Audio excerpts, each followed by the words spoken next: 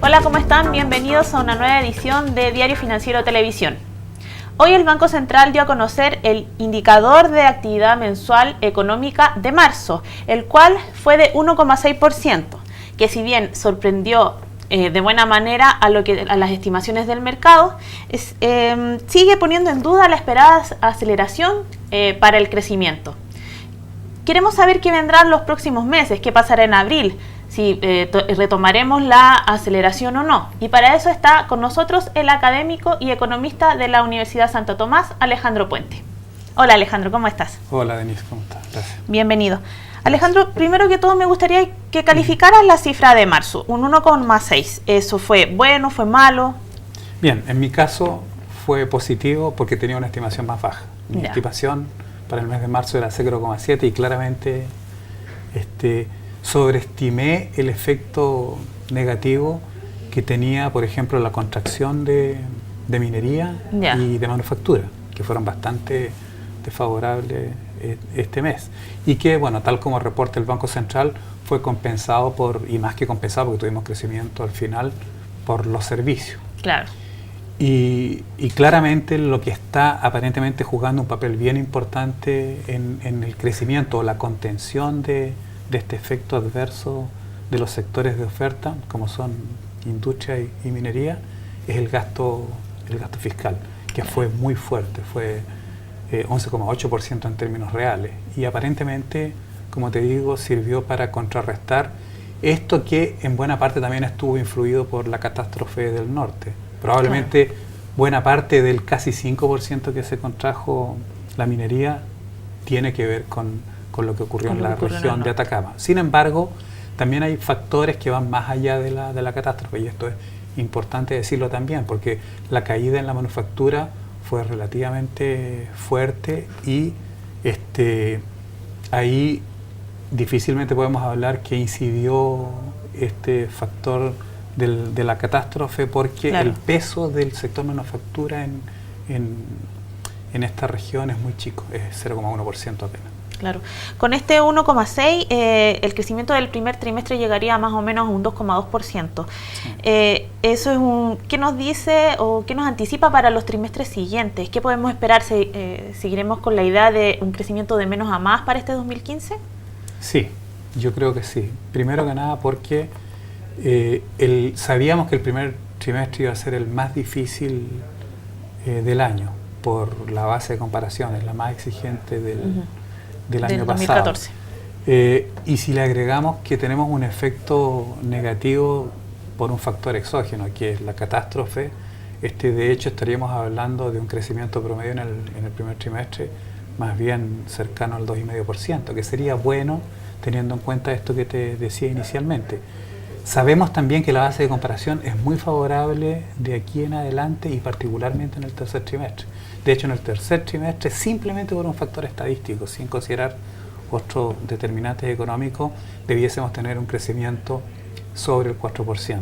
Entonces, con esa perspectiva, es bueno este dato, o lo podemos interpretar teniendo en cuenta estas dos consideraciones. Podemos pensar que, bueno, si tuvimos un 2,2% en el primer trimestre, seguramente vamos a estar cerca del 3% para el año, con la recuperación que se prevé para el resto del año. Ahora la pregunta es, ¿qué habría detrás? ¿Por qué somos optimistas respecto al resto del año más allá del tema matemático estadístico? Sí, porque como tú lo mencionaste también, es el gasto fiscal el que ha impulsado el crecimiento en los últimos meses, y eso no es sostenible durante los próximos trimestres, o sea, tiene un límite.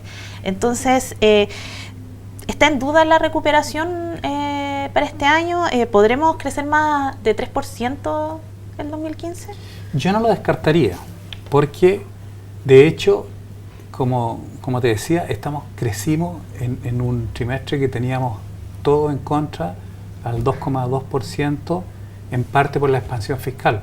Ahora, la expansión fiscal fue muy fuerte en el mes de marzo, pero va a ser fuerte durante todo el año 2015. De hecho, la estimación de gasto fiscal del Ministerio de Hacienda es sobre el 9% en términos reales.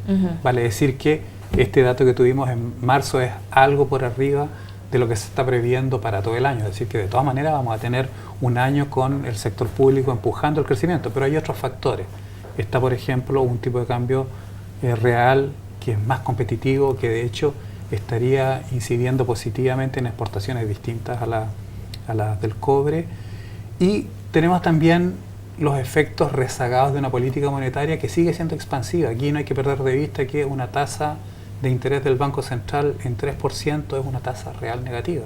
Tenemos una inflación en este momento en 4,2% en los últimos 12 meses. Va a ir bajando de acuerdo a nuestras estimaciones, pero de todas maneras vamos a seguir teniendo una tasa de interés real negativa. Entonces tenemos política fiscal expansiva, política monetaria expansiva, un tipo de cambio competitivo, y todo esto nos debiese llevar a un repunte del crecimiento. Sin embargo, tampoco hay que ser demasiado optimista, porque hay algunos indicadores que nos siguen preocupando. Uno de ellos es la confianza. La confianza de los empresarios mejoró en el último mes, y mejoró considerablemente, curiosamente, aproximadamente de 41 a 48 puntos. Sin embargo, en el caso de los consumidores está en niveles realmente que cuesta entender. Está por debajo de los 40 puntos, cercano a los niveles que tuvimos en la crisis financiera. Es decir, que había elementos objetivos para tener dudas, incertidumbre y temores respecto a lo que iba a ocurrir en el futuro en el país. En este momento tenemos los salarios creciendo al 7,1%, la tasa de desempleo se mantiene en 6,1%, y sin embargo tenemos esos niveles de confianza tan bajos. Entonces, claro, hay todavía algunos temas que mejorar, particularmente en la confianza, y si eso se llega a dar, no me cabe la menor duda que podríamos crecer más del 3%. ¿Cuál es su estimación particular para el PIB? Mi de estimación este año? es 3%. Ya. Pero creo que el que estemos levemente por debajo o francamente por arriba va a depender esencialmente de que se recupere la confianza de los consumidores. Con las últimas cifras, muchos economistas han dicho que los brotes verdes no existieron de plano, o que si existieron ya están marchitos o se están secando. ¿Cuál es la postura que tiene usted respecto a estos brotes verdes de la economía chilena para este año? Yo creo que no se terminan de consolidar.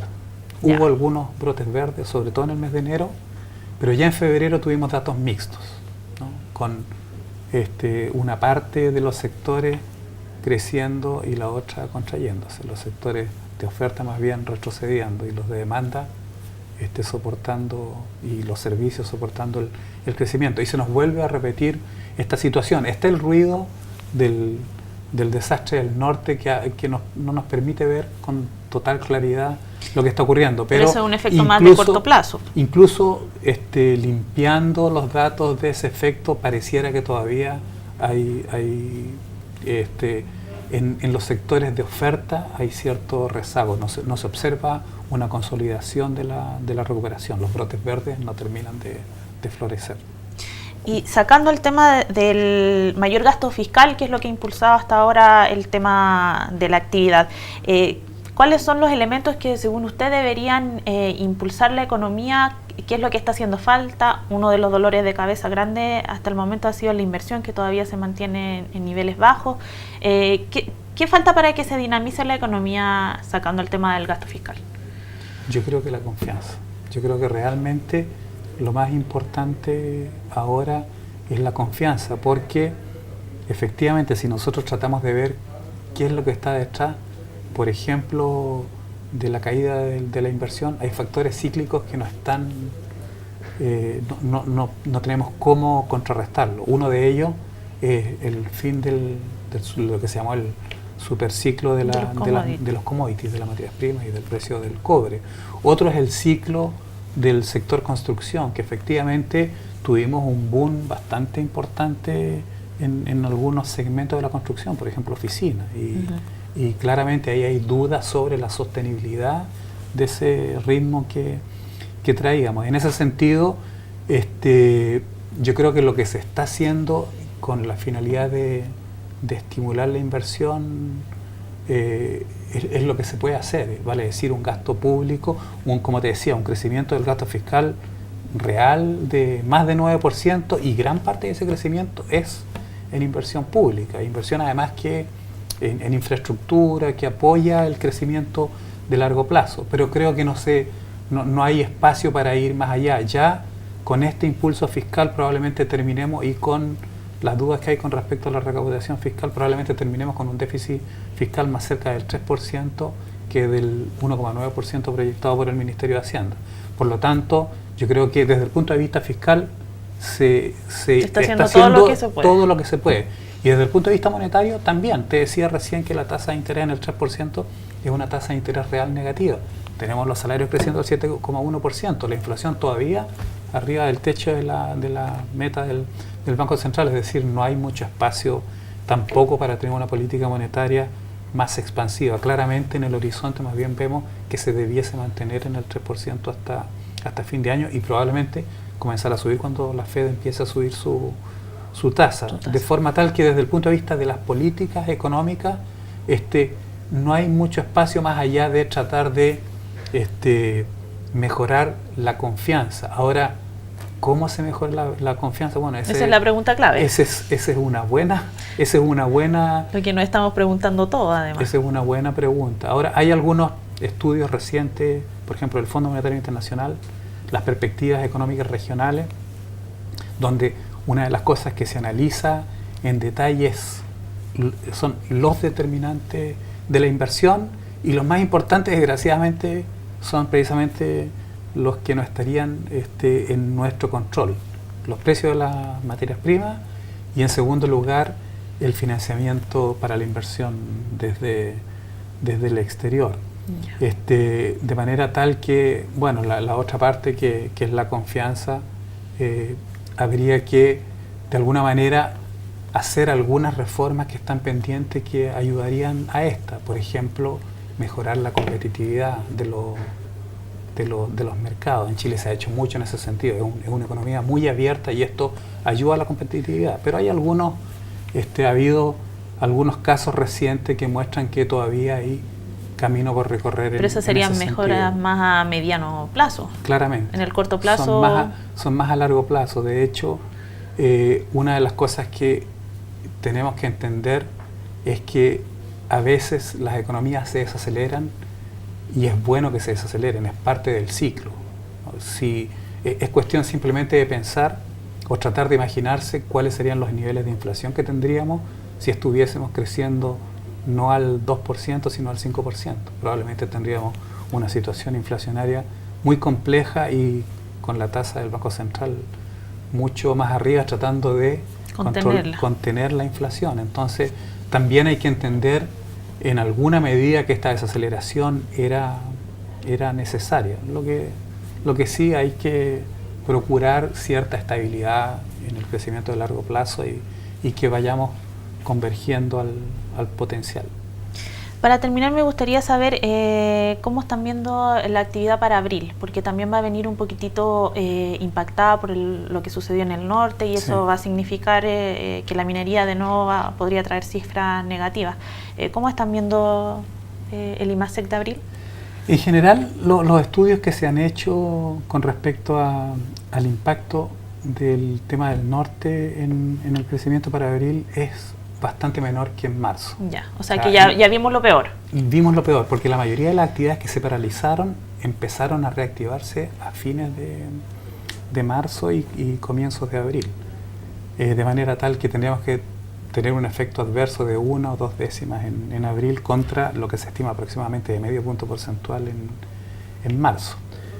En ese sentido, yo esperaría un crecimiento para abril ya entre 2 y 2,5 puntos porcentuales, empezando a volver al 3%, que lo debiésemos empezar a ver ya en los próximos meses, e incluso sobre el 4%, como te decía, en el tercer trimestre. Esa sería una buena señal como para empezar los siguientes trimestres ya con un crecimiento más al alza. Exacto. Ok, Alejandro, muchas gracias por acompañarnos y por este completo análisis del IMASEC. Gracias a ti. Bueno, yo me despido y los dejo invitados a que nos encontremos próximamente en una nueva entrevista aquí en Diario Financiero Televisión. Hasta luego.